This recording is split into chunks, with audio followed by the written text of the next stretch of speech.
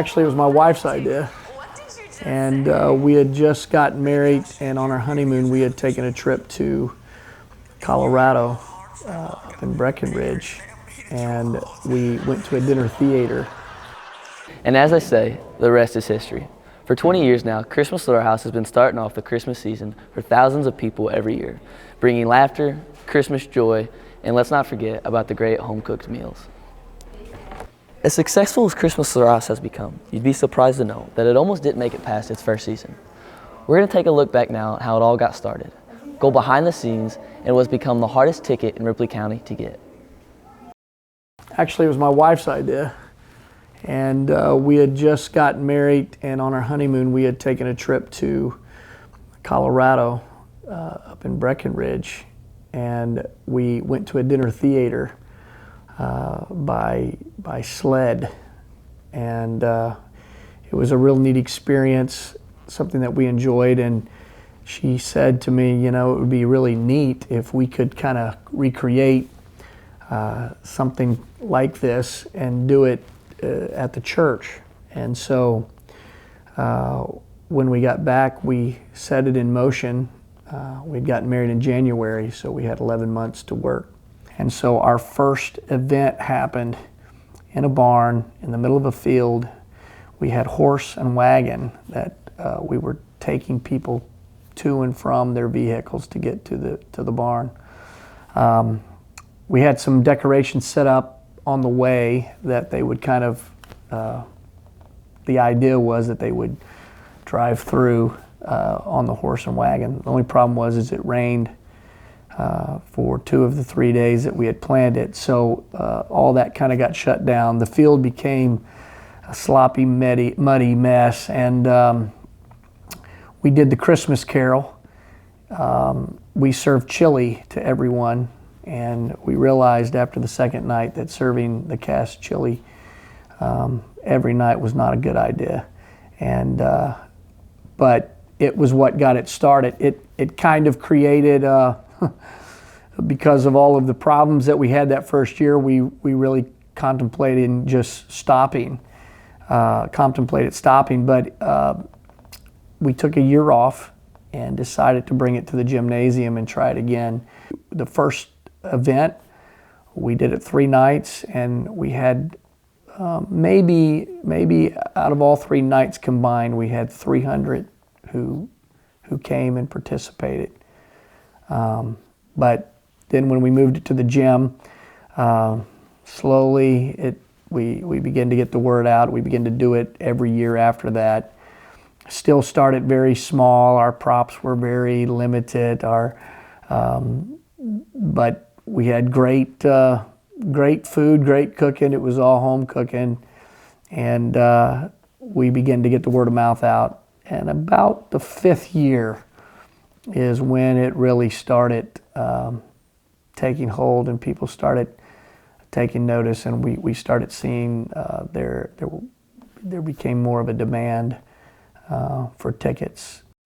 What the rock is cooking. It's October 25th, 37 days before opening night. Cast members are getting together to go over the script for the first time. The mood is light with lots of laughter. That's my wallet. Actually, it's mine. Oh, that's my wallet!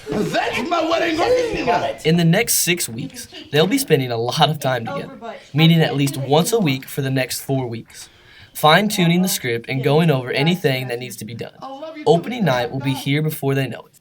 After years of adapting traditional plays to fit their needs, this year's story was written by the cast, something they have done for a couple of years now.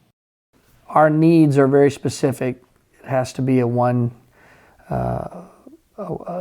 set play. We don't have the ability of a theater to change backdrops, so that creates one issue.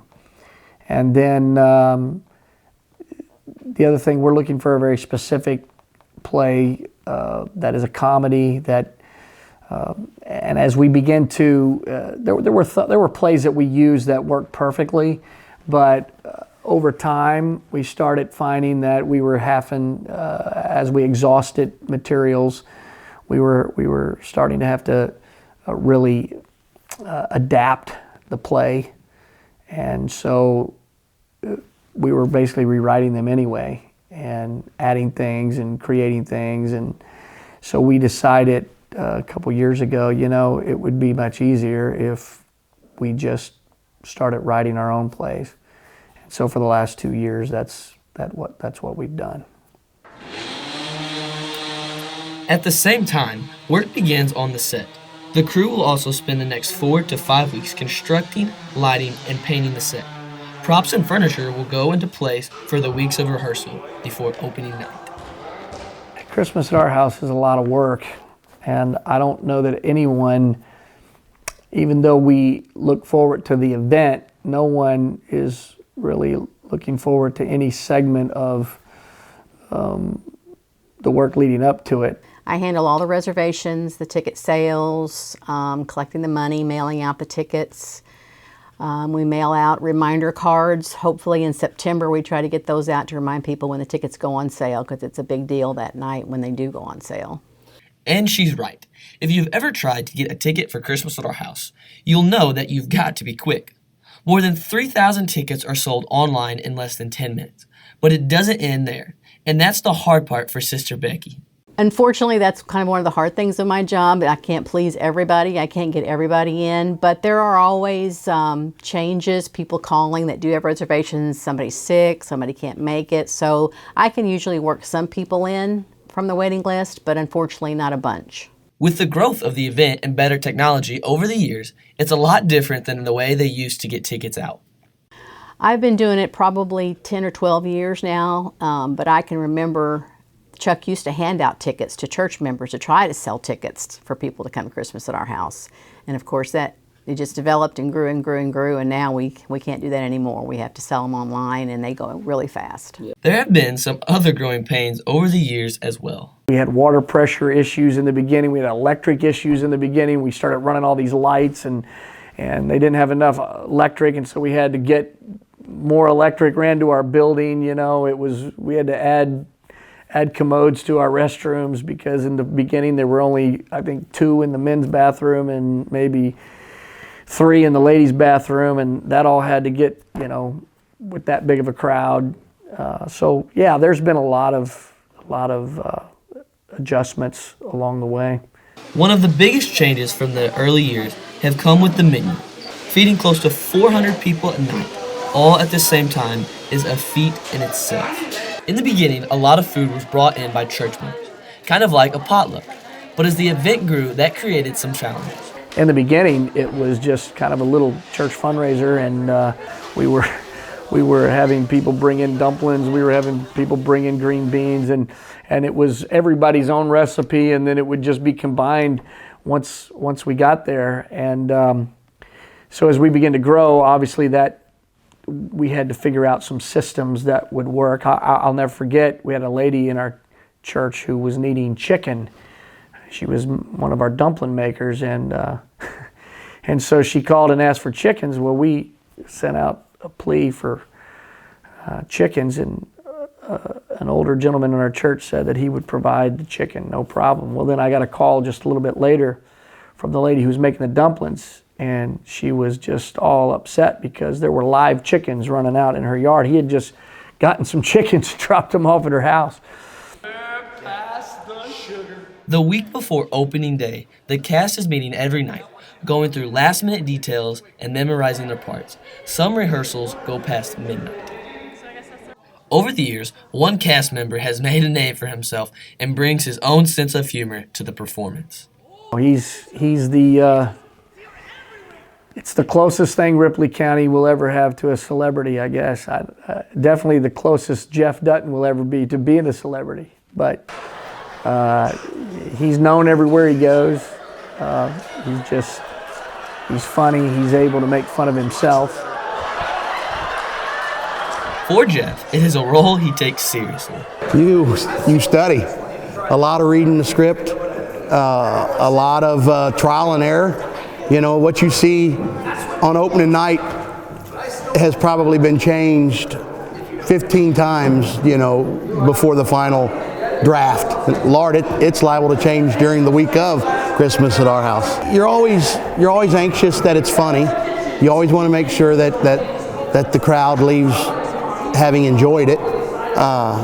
So just to make sure that you stay prepared, that you've put your time in, and that the crowd gets their money's worth. Tables and chairs start coming into the gym, making room for the 370 people coming to watch each night. Other members start getting the kitchen ready. Everyone has found a role over the years.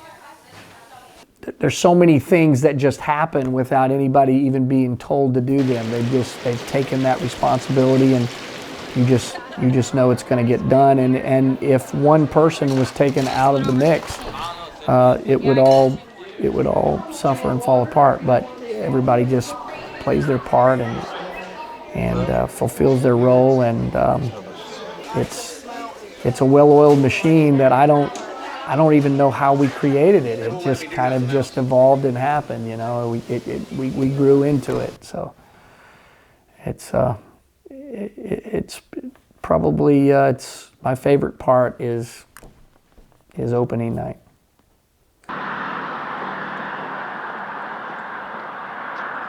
It's calm before the show. The parking lot is empty. The tables are set. The food is cooking, and the church members are taking their places.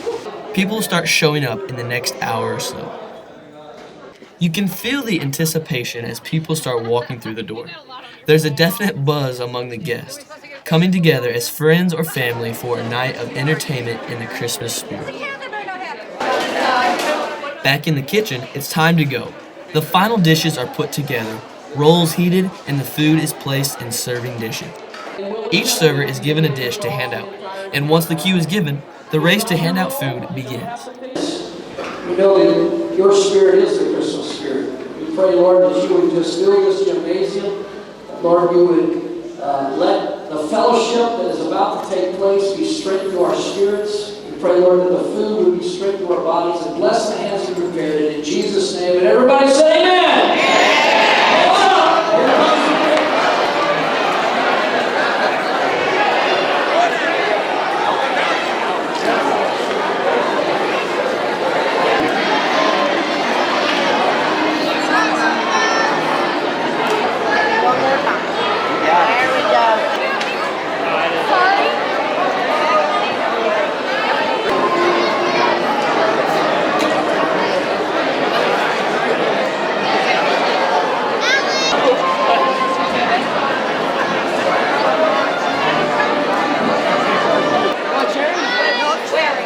Once everyone is fed and tables cleared, the show begins.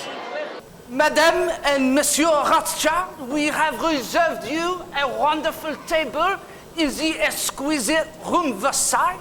For 9 nights, the process will be repeated, hopefully leaving a lasting impression on the audience each night.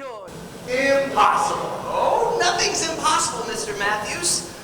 The note cards left behind every night give the members some encouragement, but there are also some stories you wouldn't expect to hear. People have said, man, my marriage got back together. There have been families that have been reunited. There have been people who have given us, cards stating that there were issues between one family and another family, and it just got worked out at Christmas right in our little venue. So, I don't pretend to know all the dynamics of that, but we obviously celebrate any positive effect that our little event has on our community.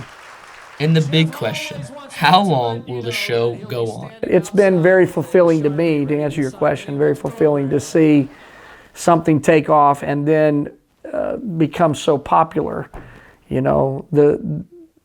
Whenever we have to start begging people to buy tickets, this will be over.